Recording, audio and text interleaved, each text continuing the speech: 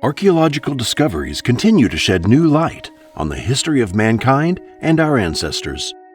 The most recent and significant ones made by archaeologists tell of thriving ancient civilizations and societies as far back as thousands of years ago.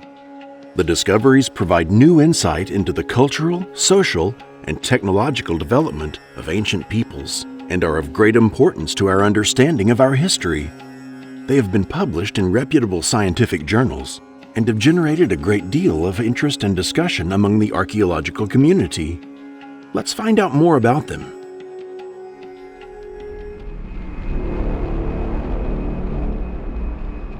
An entire residential city was discovered in 1800. The first stop on our expedition to uncover the past is the fascinating kingdom of ancient Egypt.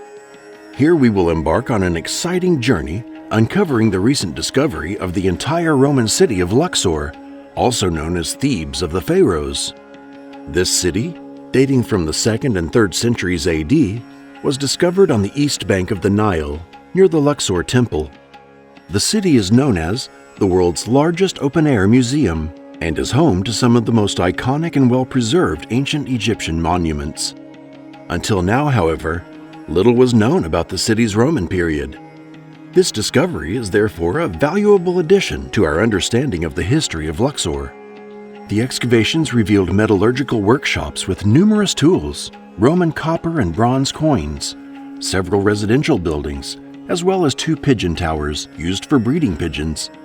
The excavations continue, and the team is constantly discovering new finds.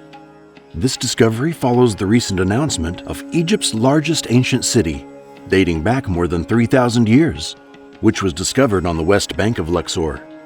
This new find is also significant because for the first time, an ancient city of such size and architectural complexity has been discovered in Egypt. The city was probably a center of administrative and economic activity.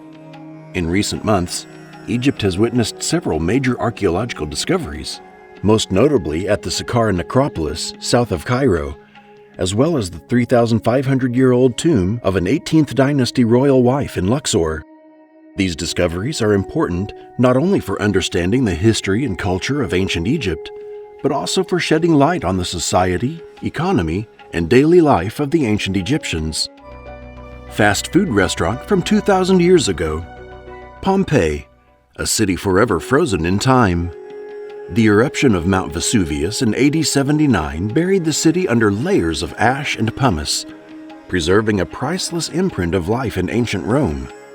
Now, in the 21st century, archaeologists are discovering new finds that give insight into the daily life of the ancient inhabitants of Pompeii.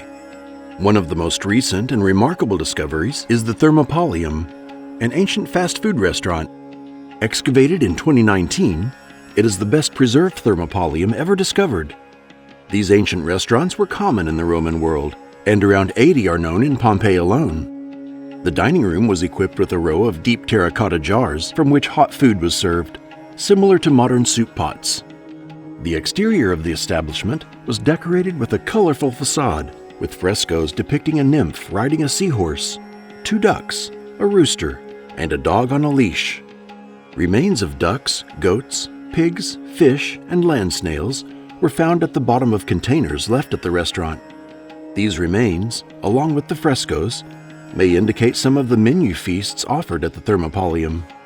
Massimo Ossana, General Director of the Archaeological Park of Pompeii, stated, "The possibilities for the study of the newly discovered Thermopolium are exceptional because it is the first time in this area that this type of find has been fully excavated, and it is possible to carry out all the analyses that modern technology allows. We hope that the ongoing excavations at Pompeii will shed more light on the rich history and culture of ancient Rome. These discoveries provide a glimpse into the daily lives of the citizens of Pompeii and offer a unique opportunity to study and understand the past." New scroll fragments from the Dead Sea in the Cave of Horrors. The discovery of dozens of new fragments of a nearly 2,000-year-old Dead Sea Scroll with biblical text has caused excitement among scholars and researchers. They are some of the earliest evidence for the biblical books of Zechariah and Nahum. However, this discovery reflects more than the remains of an ancient text.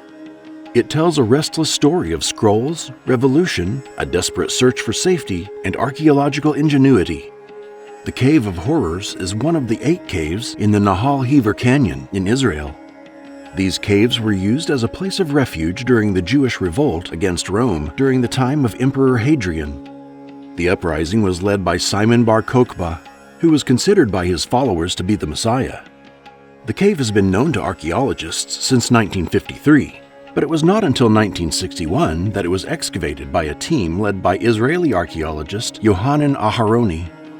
The new fragments were found as a part of a larger project to search for new manuscripts being conducted by the Israel Antiquities Authority, IAA. The cave is remote and difficult to access, which is undoubtedly the reason why it was used as a hiding place. Aharoni describes the entrance as being 80 meters below the rim of the canyon, with a drop of hundreds of meters below. The team that first explored the cave in 1955 had to use a 100-meter rope ladder to reach the opening. The nickname Cave of Horrors was given because of the large number of skeletons that were found in it. Together with them were found personal belongings, a fragmentary copy of a prayer written in Hebrew, and the scroll to which these fragments belong, which was hidden in the back of the cave. The remains of a Roman camp on top of the cliff suggest that the refugees sheltering there perished as a result of a Roman siege. The inhabitants were determined not to surrender. There were no signs of wounds on the skeletons, suggesting that the occupants died as a result of hunger and thirst, and perhaps from inhaling smoke from the fire in the center of the cave. They buried their most valuable possessions, including the scroll from which these fragments originated, to keep them safe. Photographs and reports published by the IAA show that the fragments contain our earliest transcript of Zechariah 8, 16, and 17, and one of the earliest transcripts of Nahum 1, 5, and 6. The fragments appear to be missing parts of a scroll already known to scholars. This is the Greek scroll known to be the Book of the 12 Minor Prophets. As the name suggests, the scroll is a copy of the Greek translation of the Bible's minor prophets, containing parts of the books of Jonah, Micah, Nahum, Habakkuk, Zephaniah, and Zechariah. The minor prophets, or 12, usually describe the books covering the period from Hosea to Malachi in the Hebrew Bible and the Christian Old Testament. An interesting feature of the Greek scroll of the Minor Prophets is the way it handles the name of God. This practice stems from the prohibition in Exodus 27, which reads, "You shall not take the name of the Lord your God in vain, for the Lord will not hold him guiltless who takes his name in vain." In Jewish tradition, God's name is considered sacred and should not be spoken or written lightly. Because of this, the Jewish scribes who produced the Greek translation of the Hebrew Bible, known as the Septuagint, took great pains to preserve the name of God in its original Hebrew form, even though the rest of the text was written in Greek. This is a strong example of the importance of tradition and reverence in ancient Hebrew culture.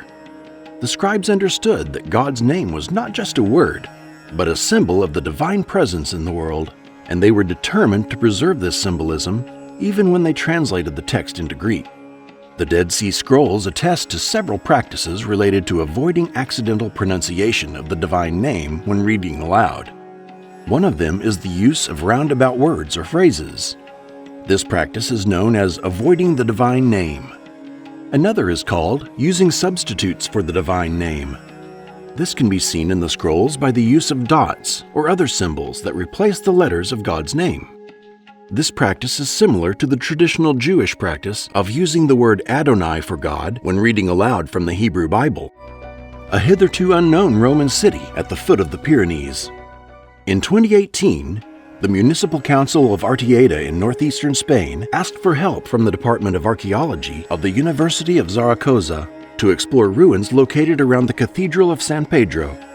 Research has recently confirmed that the sites found form a large unified archaeological complex with evidence of occupation during the Imperial Roman period between the 1st and 5th centuries and the early medieval Christian period between the 9th and 13th centuries.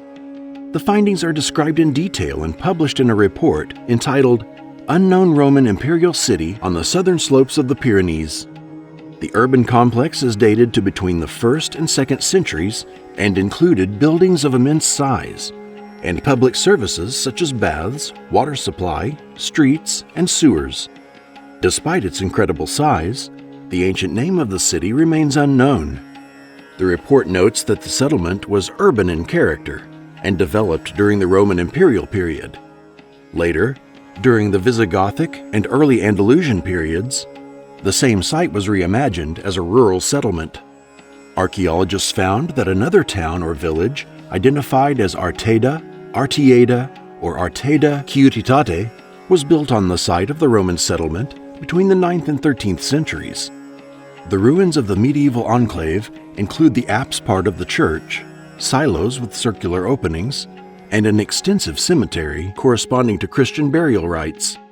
Inside the San Pedro Cemetery, researchers have identified several artifacts, including 2 Corinthian capitals, 3 Italian Attic column bases, and a fragment of a cornice. The size and typology of these artifacts indicate that they originate from several early imperial public buildings. According to José Ángel Asenio, the lead researcher involved in the study, 2 of the capitals may have been part of Corinthian columns more than 6 meters high and would have belonged to a public building of enormous dimensions. The study also confirmed that the artifacts originated from at least 2 different monuments and were sculpted over more than half a century, indicating a prolonged period of monumentalization in the city. Also, west of the El Foro de la Tuta site survives an impressive array of public structures made of pozzolanic cement, including a sewer, a massive buttress, a foundation, and quadrangular structures, possibly cisterns. These facilities show that the settlement had to deal with the issue of water drainage, especially concerning buildings such as baths, which produced a significant amount of wastewater. The report also notes that the location of 4 tombstones from the site, which are kept in the Diocesan Museum in Jaca, and private collections in Artieda. Analysis of the inscriptions on the tombstones revealed that they came from an important cemetery that was maintained until the end of the period. In addition, some of the names engraved on the tombstones are of Basque Antecanian origin, which supports the presumed Basque ethno-linguistic affiliation of the inhabitants of this region during Roman rule. Archaeologists discovered a well-preserved black and white tessellated pavement beneath found slabs. It depicts iconographic motifs, shells or seashells in the corners, and seahorses and sea animals in the center. The pavement is from the city complex between the 1st and 2nd centuries. Researchers are surprised by the fact that no historical document has been found that mentions the name of such a large city. If you wish to delve deeper into the world of archaeology and ancient world history, be sure to revisit our channel for more fascinating stories and insights. Support us by subscribing to the channel and sharing this video.